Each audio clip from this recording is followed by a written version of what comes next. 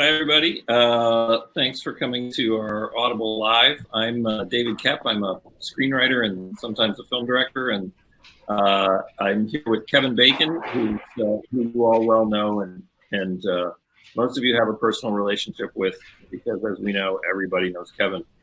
I've written movies like Jurassic Park and Spider-Man, and I've been writing prose lately too, and I wrote an Audible original story earlier this year that is out now that Kevin was gracious enough to read and did a fantastic job with. So we thought we'd get together and chat with you all about it. Hey, Kev. Yeah, it was. Hey, man, happy to be here. Just a little background. David and I met around 20 years ago when he was nice enough to cast me in a film called Stir of Echoes. And we've been friends ever since and have worked most recently on this, but before that on a film called You Should Have Left that David wrote and directed. And this was another chance for us to get to collaborate. So when you sat down to write at the typewriter, you had no idea whether this would be a full-length novel or a short story? No, I really just wanted to let it go where it was supposed to go. Now, when you had the original idea for it, because you said you'd had it for about a year, had you thought about it as a possible screenplay and then kind of went off and said, well, no, I don't think it's a screenplay? I just wonder how these things line up in that. A little bit, because a little bit about as a movie, just because after doing it for 30 years, most of my ideas come as movies, and I'm used to doing it. I'm used to them becoming films. But one of the early things was I wanted the lead to be an old man. I wanted him to be, 88. Which is why you cast me. Exactly. So I naturally thought of you. It's typecasting. That's hard in movies. There are movies that are about 88-year-old men, but this is a movie that is a story that's physical. There's a lot of exertion, and a lot of it takes place it's very internal. A lot of it is in his head, his feelings, and his thoughts and feelings. And that's just hard to get across in a movie. I want to ask you, though, so you had not done one of these before. How did I, other than prevailing on our friendship and turning it to my advantage, how did I get you to do this? Just by prevailing on our friendship and turning it to your advantage. No, I'm always interested in new forms of creative expression, whatever they be, and different ways that I can use my instrument, and the idea of reading a book was just something that I'd never really explored before. So it was a challenge, and I loved the material, and you're a fantastic writer, so it kind of reads itself, and it just seemed like something fun and interesting to do, and also, frankly, something to do during the pandemic. I think that both of us were trying to be as busy as we possibly could, but we did have a couple of gaps in the old schedule.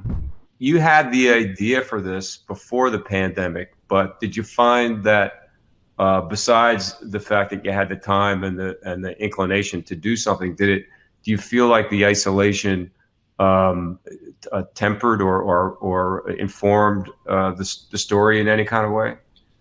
No, because it was a little early. I think I wrote this in March, April. It was sort of right away. And right. It was in a time when we didn't know how long it was going to go on. We still don't. But we were trying to busy ourselves with projects at home and hang the coat hooks that you've been meaning to hang for a couple of years. And so there was an energy that I think has since given way to exhaustion and depression. And then we're back in, I have found that I think that it's changing. I'm writing another book now, and it changed that book completely. And I think you will see that the effect in literature, movies, songs, that it's on the level of something like World War II. You can't not have it affect. It's a before and after incident, and everything do you think, like, your music starting to be affected by it, isn't it? It's got to pop up. Well, you're one of the most restless and persistent creative people I know. and I know some creative people. I mean, obviously your film and TV work everybody knows about. Most people know about your musical work as well, which is kind of relentless, including touring. Not anymore lately, but but what I've loved watching is on your Instagram feed during throughout the last 6 months, aside from your socially conscious messages, you're constantly putting up some creative work or another. I just watched this short film that you and Kira made. I was you'll go in your basement and play around with old toys and make a stop motion thing out of it, or a music video. I like to think that I keep busy and creative, but do you get exhausted? Do you run out of ideas, or is that like how you soothe yourself? Oh, definitely. I find myself, spending some days just kind of staring at the floor. But I do. I like to be busy. I like to get up and give myself some kind of a job and give myself some kind of a challenge as well. And that's what was fun about doing this, because to try to stay true to the intent of the story, but also stay out of the way of it, was a fine kind of line, I think, to balance. I mean, I think that one of the interesting things is that you have basically 3 speaking characters in the in the book, you and differentiated them really nicely. It was subtle but distinct.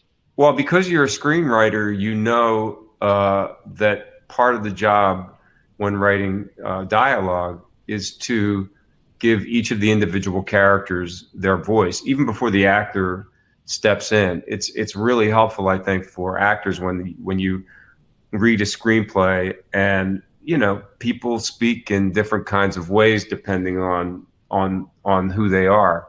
Well, Dave, I've really enjoyed this chat with you. Me too, Kev. Thanks again for doing it. It was I love that we were locked in our houses, so we put on a show. Absolutely. And then it turned out really well. By the way, one last thing. I'm very irritated because all the reviews have been terrific, the customer reviews. I think we average like 4.6 out of 5. Not that I'm counting. But what's awesome. super irritating when I scroll through them is for performance, every single one has a 5. Really? Yeah, I've yet to see one that isn't a 5. I'm finally getting some good reviews. Maybe this. maybe this.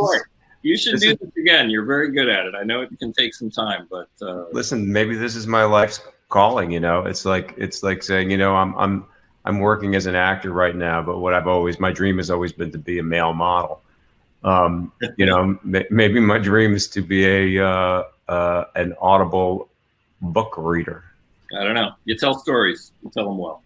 Yeah. Well, I think it's a fantastic, fantastic story. And I don't know what you call it when it's audio, but it is definitely a page turner. I sat down and just read it in a heartbeat, and it just washed over me.